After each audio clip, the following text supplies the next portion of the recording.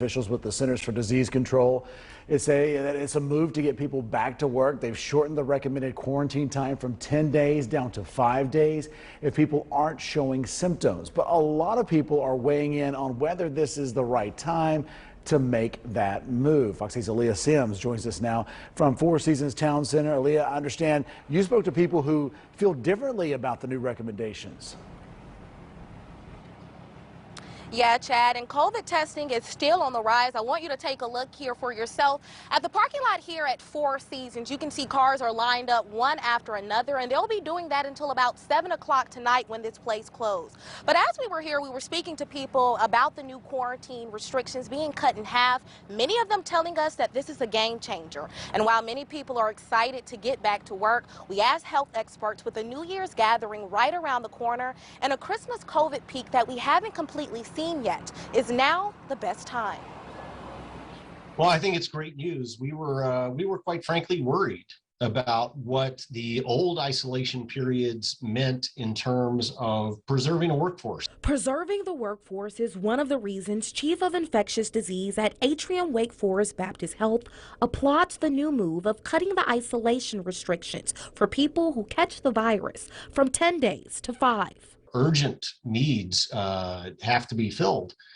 And we have long known that quarantine was set at a conservative level, that most people had long passed a period of infectiousness, but we were still quarantining them. I felt a little symptoms, so I decided to get tested, make sure I was good. Kyler Evans showed up Tuesday afternoon at Bethany Medical Center in High Point to get tested for the virus. He tells me he's not vaccinated, but thinks the ever-changing guidance is confusing and people should be able to make their own decisions. If you feel like you should quarantine for 5 days, you should quarantine for 5 days. Like you quarantine for 7 days, 14 days, whatever you feel is right for you. You know, I agree with it to an extent. Tracy Leach tested positive for COVID-19 almost a week ago. He feels differently about the new recommendations. You know, those who are unvaccinated, and that's their decision. I think 10 days is the way to go because you can feel much more sicker that way.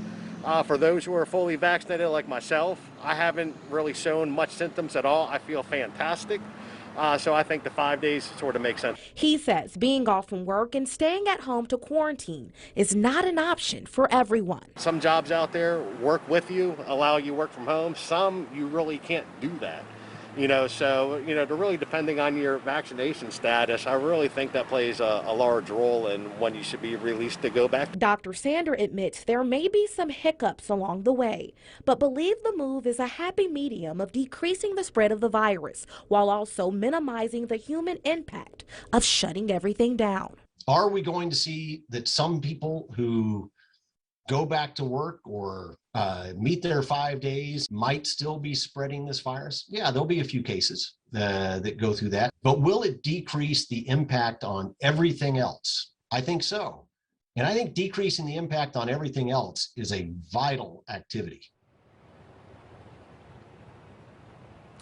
And the other part of the CDC recommendation is masking up. Once you are showing no symptoms, you can go wherever you want to go and continue your regular activities, but you must wear a mask everywhere you go. And while Dr. Sanders says that cloth masks work well for most people, he prefers the N95 because that's where you'll have better prevention.